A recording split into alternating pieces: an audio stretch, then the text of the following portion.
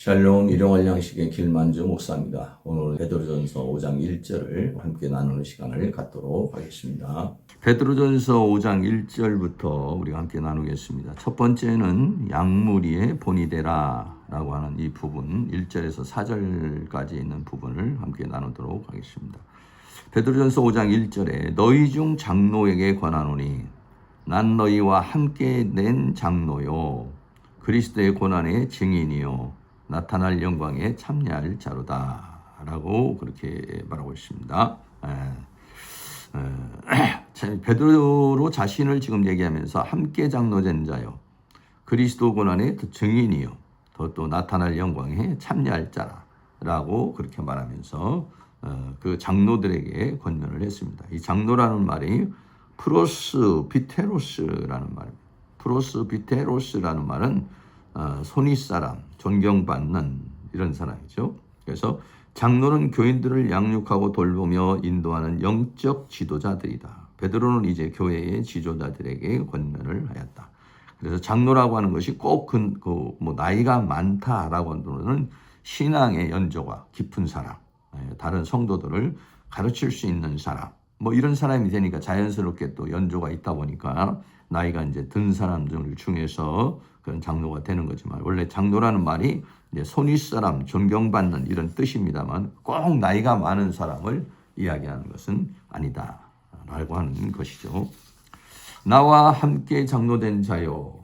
나는 함께 장로된 자요. 그랬어요. 베드로 자신을 함께 장로된 자라고 하였다. 예수 믿게 교회에 나오면 직분을 갖게 되는데 베드로는 초대교회 지도자로서 사역을 하였고 본인도 그런 장로 중에 한 사람이다라고 하는 것이죠. 그래서 그리스도의 증인이요 그랬습니다. 장로된 자요. 더 나아가서는 그리스도의 증인이라는 말이 마르티스라는 말이에요. 마르티스라는 것은 법적인 증인이면서도 어떤 사실에 대한 증인.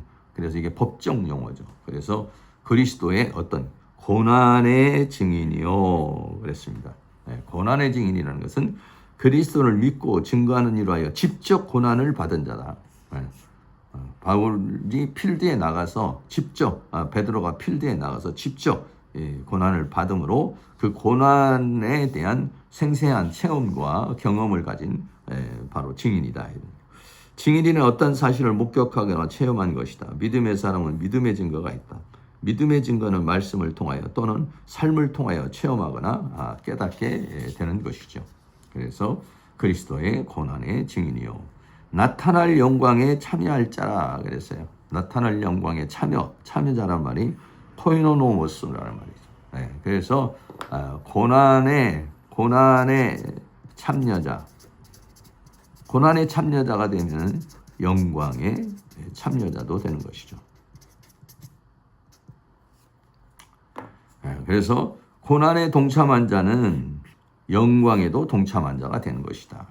예수님께서 고난의 과정을 거치고 하나님 보좌 우편에 앉은 것 같이 우리도 고난을 통하여 영광에 이르게 된다라고 하는 것입니다.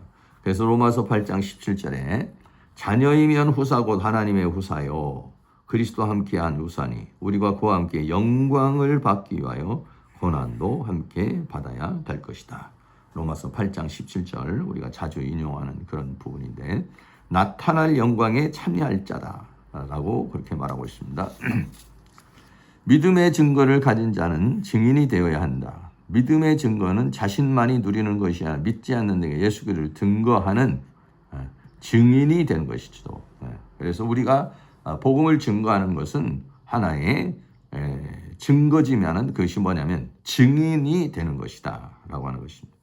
하나님께서는 이러한 방법을 통하여 구원의 역사를 이루어 가신다. 내가 예수를 믿게 된 것은 누군가의 증거를 통해서 믿게 된 것처럼 나의 전도를 통해 모든 사람들이 믿음을 갖게 하는 것이다. 나의 전도, 다시 말하면 나의 증거를 통해서 또 다른 사람이 믿음을 갖게 되는 것이다. 고린도전서 1장 21절에 하나님의 지혜에서는 이 세상이 자기 지혜로 하나님을 알지 못하는 거로 하나님께서 전도에 미련한 것으로 믿는 자들을 구원하시기를 기뻐하셨다라고 하고 그래서 이 전도라고 하는 자체가 뭐냐면 증인이 증거하는 것 것을 가리켜서 말하고 있는 것입니다. 베드로는 복음의 증인, 그리스도의 고난의 증인이라고 하였다. 믿는 자는 모두 증거를 가진 증인들이며 하나님 나라의 일꾼들이다. 사도행전 1장 8절에 오직 성령이 너희에게 임하시면 너희가 권능을 받고 예루살렘과 온 유대와 사마리아 땅까지로 내 증인이 되리라 라고 그렇게 말씀하셨습니다. 그래서 베드로는 그리스도의 고난을 증거하는 자이며 자신도 장로로서 그 고난에 동참하는 자라고 이렇게 말을 하였습니다. 사도 요한도 예수 그리스도의 증거로 인하여 반모삼에 유배되어 고난을 받으며 자신을 그리스도의 고난에 동참하는 자라고 했습니다. 계시록 1장 9절에 나 요한은 너희의 형제 예수의 환난과 나라의 차움에 동참하는 자라. 환난과 그 나라를 이루는 데에 그리고 참고 견디는 것에 동참하는 자라. 하나님의 말씀과 예수의 증거를 인하여 반모라는 섬에 유배가 되었던 것이죠. 계시록 11장 3절에도 두 증인이 나오는데 그 두 증인이 내가 나의 두 증인에게 권세를 주리니 저희가 굵은 베옷을 입고 1260일 동안을 예언을 하리라. 그래서 복음을 증거하는 자,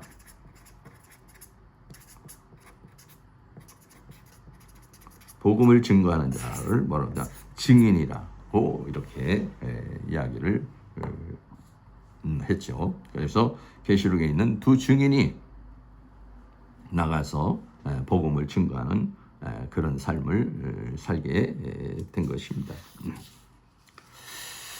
베드로전서 4장 13절에도 오직 너희가 그리스도의 고난에 참여하는 것으로 즐거워하라 그랬어요. 이는 그의 영광을 나타내실 때 너희로 즐거워하고 기뻐하게 하려 함이라 라고 그랬어요. 그래서 고난에 참여하는 것을 즐거워하라. 왜? 그것은 바로 영광을 나타나실 때 즐거워하고 기뻐하게 하려는 것이다 라고 하는 것을 말해주고 있는 것이죠. 네. 고난은 믿음의 사람에게는 필수적인 것이다 하는 거예요. 네. 그러므로 고난을 당할 때 고난에 동참하는 것으로서 그것으로 감사함으로 기쁨으로 받아 승리해야 된다라고 하는 것입니다. 그래서 고난은 필수적인 것. 고난은 하나님의 허락. 그러므로 우리는 이 고난을 이겨내야. 어떻게 되냐? 억지로가 아니라 즐거움으로. 하나님의 은혜로. 이것을 이겨내야 한다.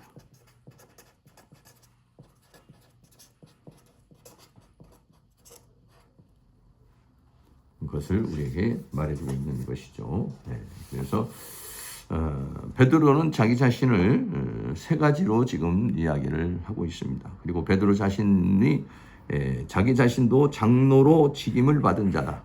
네. 다시 말하면 교회의 지도자로 직임을 받은 자라고 그렇게 말했습니다. 그리고 그리스도의 고난의 증거자이면서 참여자이다 그랬어요. 네. 그리스도의 고난에 직접 참여를 해서 그런 고난과 고통과 어려움을 다 겪어본 자요. 그리고 그것을 또 그 안에서 역사하시는 하나님을 증거하는 증거자라고 그렇게 말하고 있습니다. 그리고 더 나아가서는 영광에 참여할 자라고 그랬습니다. 그 영광은 어떤 것입니까? 베드로전서에 말하고 있는 우리 주 예수 그리스도를 만났을 때의 칭찬과 영광과 존귀, 그리고 상급, 면류관, 보좌, 왕노릇, 왕 같은 제사장 되는 것. 이런 것들이 뭐냐면 그 영광에 참여하는 것이 되는 것입니다. 그래서 베드로는 장로들에게 지금 권면하면서 자기 자신에 대해서도 나는 함께 장로된 자요 그리스도의 고난의 증인이요 나타날 영광에 참여할 자로다. 같은 그런 장로의 위치에서 지금 이제 장로들에게 그 권면을 하는 그런 부분을 지금 말해주고 있는 부분입니다. 베드로전서 1장에서 4절까지 있는 부분은 이제 장로들에게 권면하는 내용입니다. 베드로는 자기 자신도 함께 강도된 사람이다 라고 얘기하고 그리스도의 고난에 동참한 자다라고 그렇게 말하고 더 나아가서는 그 영광에 참여할 자다라고 그렇게 말하고 있습니다. 교회 지도자들에게 주어지는 권면의 말씀, 교회 지도자들은 어떻게 해야 될 것에 대해서 이야기를 하고 있는 것입니다. 하나님께서 우리에게 지도자로 세워준 여러 가지 목회적인 사역자로서의 지도자들이 있지만 평신도 사역자로서의 지도자들이 있을 텐데 그 지도자가 어떻게 해야 될 것을 우리에게 말해주고 있는 부분인데 그 부분을 우리가 잘 살핌으로 말미암아서 우리가 지도자로서의 사역을 잘 감당할 수 있기를 주의 이름으로 축복합니다.